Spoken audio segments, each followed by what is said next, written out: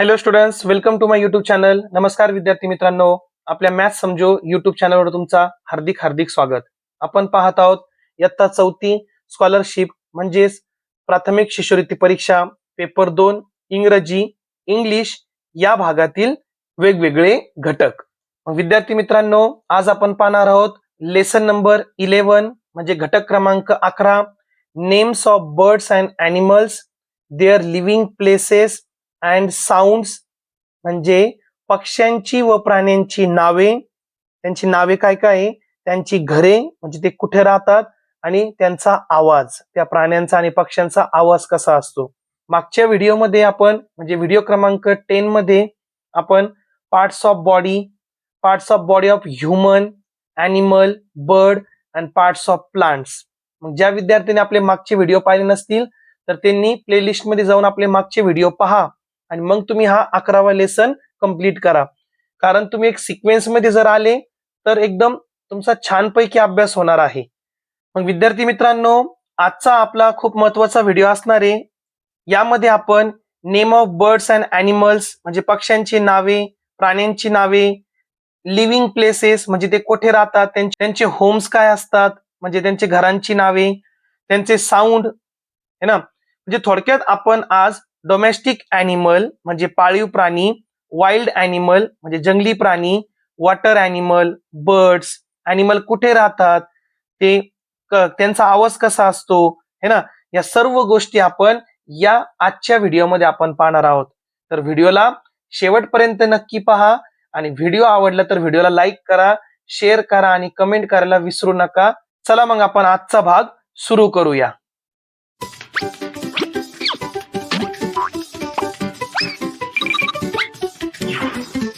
मग यामध्ये आपण प्रथम घटक पाहू डोमेस्टिक ॲनिमल म्हणजे पाळीव प्राणी. आता तुम्हाला सर्वांना पाळीव प्राणीचे पिक्चर माहिती, त्यांचे नाव माहिती, काही माहित नसतील, काहींना तुम्ही ओळखत नसेल, पण आता बरेचसे ॲनिमल तुम्हाला ओळख करून घ्यायची आहे. मग आता मी फक्त इथं रीडिंग करतो आणि त्याचा मराठीमध्ये इथं अर्थ आहे ते सांगतो. जास्त आपण इथं डिटेलमध्ये पाहणार नाही कारण की व्हिडिओ आपल्याला छोटासा बनवायचा आहे आणि महत्वाचे मुद्दे आपल्याला लक्षात ठेवायचे.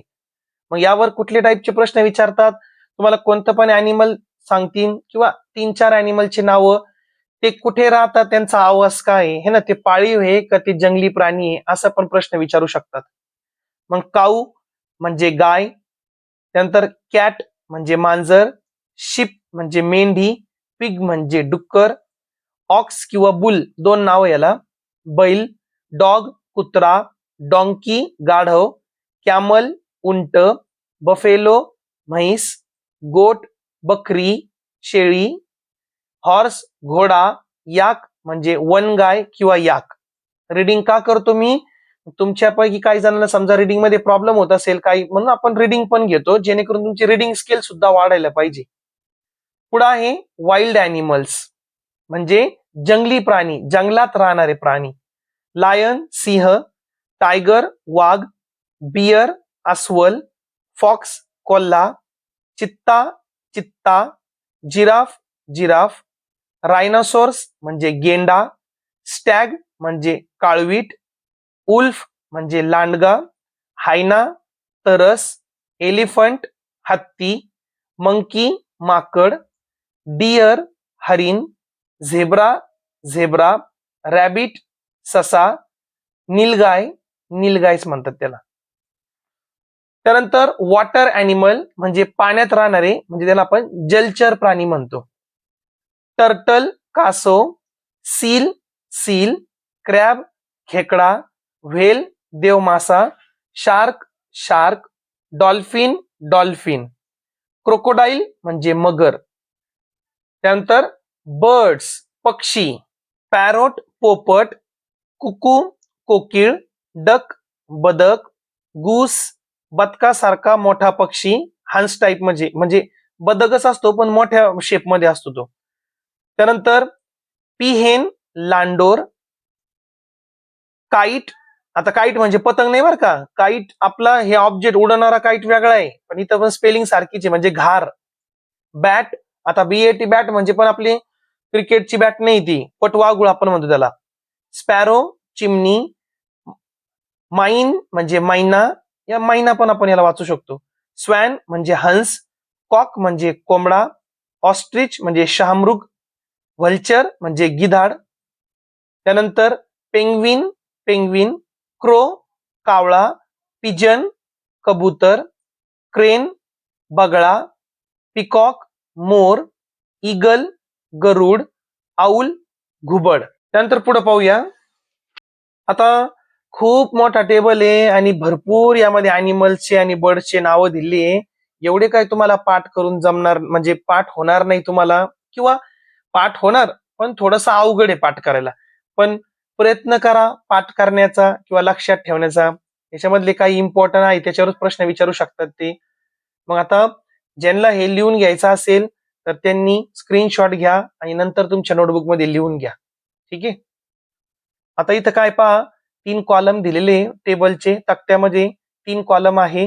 Name of bird and animal, पक्ष्यांची नावे आणि प्राण्यांची नावे. लिव्हिंग प्लेसेस म्हणजे ते कुठे राहतात, घरे त्यांचे. क्राईज म्हणजे त्यांचा साऊंड कसा आहे, त्यांचा आवाज कसा आहे. पहिला आहे ASS डॉंकी. लिव्हिंग प्लेस नाही दिला आपल्याला त्याचा आवाज आहे ब्रेज. आता काही वर्ड लक्षात ठेवा तुम्ही. आता इथं आवाज मी काय काढून दाखवणार नाही तुम्हाला, एवढे प्राण्यांचे आवाज काय मला पण काढता येणार नाही. पण त्यांचा जो साऊंड आहे ना त्याला एक शब्द दिलेला आहे त्यांच्या आवाजाला. मग डॉंकी तुम्हाला माहिती आहे आवाज कसा असतो त्याला, आपण रिअल जर ऐकलं त्याचं तर त्याला ब्रेज म्हणतात. बॅट म्हणजे वटवाघूळ, झाडावर असते है ना, ट्री किंवा केव्ह वर असते आणि त्याचा आवाज आहे स्क्रीचेस. साऊंड काय त्याचा, स्क्रीचेस. बियर म्हणजे भालू, तो जंगलात राहतो पण त्याचा काही स्पेसिफिक असा घर त्याचं नाव नाही दिले. ग्रोल्स किंवा स्नोर्स. बी बी बी माहिती सगळ्यांना, बी. मग बिहेव किंवा अपायरी, हम्स किंवा बजेस.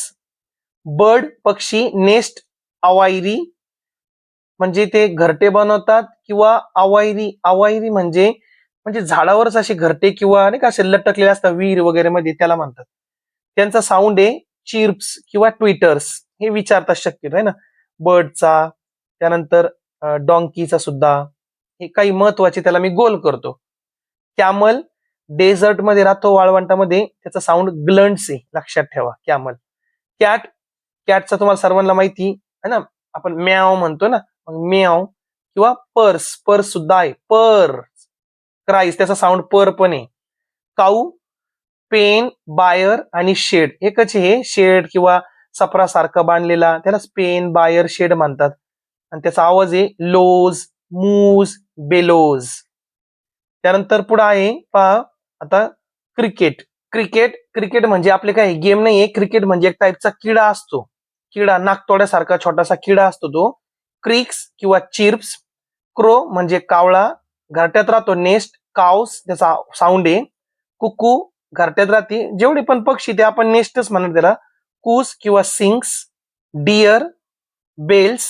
डॉग केनल मध्ये राहतो आणि बार्क्स किंवा ग्रोल्स त्याचा साऊंड आहे डॉगचा. डो, डो म्हणजे एक कबूतर सारखा पक्षी एक. कोट म्हणजे खुराडा म्हणा त्याचा, नाही का छोटासा असतो ना आपण कोंबड्या वगैरेचा असतो त्या टाईपचा. कूज, डक बदक है ना. क्वॅक्स त्याचा साऊंड आहे. इगल, ॲरी ॲरी और आयरी म्हणजे साऊंड आहे त्याचे. साऊंड म्हणजे त्याच्या याचे साऊंड आहे पण याचा प्लेसचा नाव येतो. स्क्रीम्स करतो तो. एलिफंट लक्षात ठेवा, ट्रम्पेट्स. एलिफंटचा साऊंड काय आहे, ट्रम्पेट. फ्लाय म्हणजे आपल्या घरातल्या जे मासे असतात ना ते. बजेस किंवा हम्स. फॉक्स, अर्थ जंगल. Barks, yells. फ्रॉग बेंडूक, क्रोक्स. गोट, पेन फोल्ड है ना, म्हणजे आपल्या नॉर्मल घरात आपण सप्पर किंवा शेड बांधतो ना छोटासा. ब्लीड्स. गूस, गूस हा काय सांगितलं तुम्हाला, गूस काय डक सारखाच आहे, बदकासारखा पण थोडा मोठा असतो. कॅकल्स. हेन, कूप किंवा कोट खुरडा, लक्षात ठेवा. Crows, clucks, cackles. Horse, stable है ना. आणि नॉट्स किंवा नाईक हे त्याचं काय आहे, साऊंड आहे. नॉट्स किंवा नाईक्स. हायना, केव गुफामध्ये राहतो. Laugh, screams. वरडणे, स्क्रीम्स मध्ये वरडणे, हसणे. जॅकल, केव, हाऊल. कांगारू, आता कांगारूचा आपल्याकडे साऊंड पण नाहीये, तो कुठं राहतो ते पण दिलेलं नाही. पुढे पाहूया. लायन, लायन्स एक IMP करून ठेवा. डेन केव म्हणजे गुफा, रोर्स दहाडतो ना तो असा लायन. मंकी, ट्री, त्यानंतर ट्रीवर राहतो तो, त्याचा घरच झाला तो. आणि ते काय करतात, कॅटर्स, गिबर्स, उप्स हे त्यांचे साऊंड आहे. माऊस, होल, स्क्वीज, आऊल हे सगळेच महत्वाचे आहे तसं जर पाहिलं तर. बान, ट्री, हुट्स, पॅरोट कुठं राहतो, हॉलो किंवा केज पिंजरा वगैरे. Chatters, squawks, peafowl, tree, shrieks, screams. Pig, sty, pen, grunts, squeals. Pigeon, cote, nest, coos. Rabbit, burrow, hutch. बुरो, हच म्हणजे जे भिंतीमध्ये किंवा शेतामध्ये जे ते म्हणजे छोटे छोटे होल करून राहतात ना ते, त्याचं साऊंड नाही दिले तर. रॅवेन, ट्री, नेस्ट, क्रोक्स. सीगल, आता हे काही नवीनच आहे ना, याच्यावर काही तुम्ही जास्त लक्ष देऊ नका. हे रावेन, सीगल्स आहे ना. स्नेक आहे आपलं, स्नेक करून ठेवा. Hole, hiss. शिप, शिप पुढं पेन, फोल्ड म्हणजे जे गोटचं आहे तेच आहे, पेन, फोल्ड, ब्लीड्स, बाज. स्नेल, शेल, शेल मध्ये असते ते आणि त्याचा साऊंड दिलेला नाही आपल्याला. Sparrow, nest, chirps. Spider, web, cobweb, spider. त्यानंतर squirrel, drey, drey, squeaks. Swallow, nest, twitters. Swan, cries. Tiger, den cave, roars or growls. आणि wolf, cave, howls or yells. ठीक आहे. आता मला माहिती काही जणांना याच्यातलं काही शब्द तर कळालेच नसतील आहे का नाही, पण आता क्वेश्चन आपण काही प्रॅक्टिसची घेऊ, त्याच्यामध्ये ते क्वेश्चन मी एक्सप्लेन करतो, तेवढेच तुम्ही व्यवस्थित करून ठेवा. तुम्हाला हे जर हवं असेल तर याचा पण तुम्ही स्क्रीनशॉट घ्या आणि लिहून ठेवा. महत्वाचे महत्वाचे करून ठेवा, जे तुमचे ओळखीचे प्राणी जास्त असे. चला सॅम्पल क्वेश्चन आपण पाहू. पहिला आहे, which is the living place of the horse. Horse म्हणजे घोडा, घोड्याचे राहण्याचे ठिकाण कोणते, होल, स्टेबल, केव, केनल. तर काय आहे, स्टेबल. तर होल म्हणजे काय, हे उंदराचे राहण्याचे ठिकाणे. त्यानंतर केव हे सिंहाचे किंवा वाघाचे राहण्याचे ठिकाणे, गुफा. केनल म्हणजे कुत्र्याचे राहण्याचे ठिकाणे. आणि स्टेबल म्हणजे काय असतात, तबेला म्हणतो त्याला, म्हणजे घोड्याचे राहण्याचे ठिकाणी ते स्टेबल. पुढचा आहे, इफ मंकी कॅटर्स किंवा चॅटर्स म्हणजे मंकीचा साऊंड आहे हा कॅटर्स. डॉंकीचा काय असतो, मग डॉंकीचा काय असतो, ब्रेज. काय असतो डॉंकीचा, ब्रेज. कारण की रोर्स हा सिंहाचा, एक मिनिट सॉरी हा, तुम्हाला दिसत नाही. हा, मग रोर्स हा सिंहाचा, टायगरचा आहे. बार्क म्हणजे भुकणे कुत्र्याचा आहे. आणि पर्स म्हणजे मियाउज म्हणजे हे मांजरचा आवाज आहे.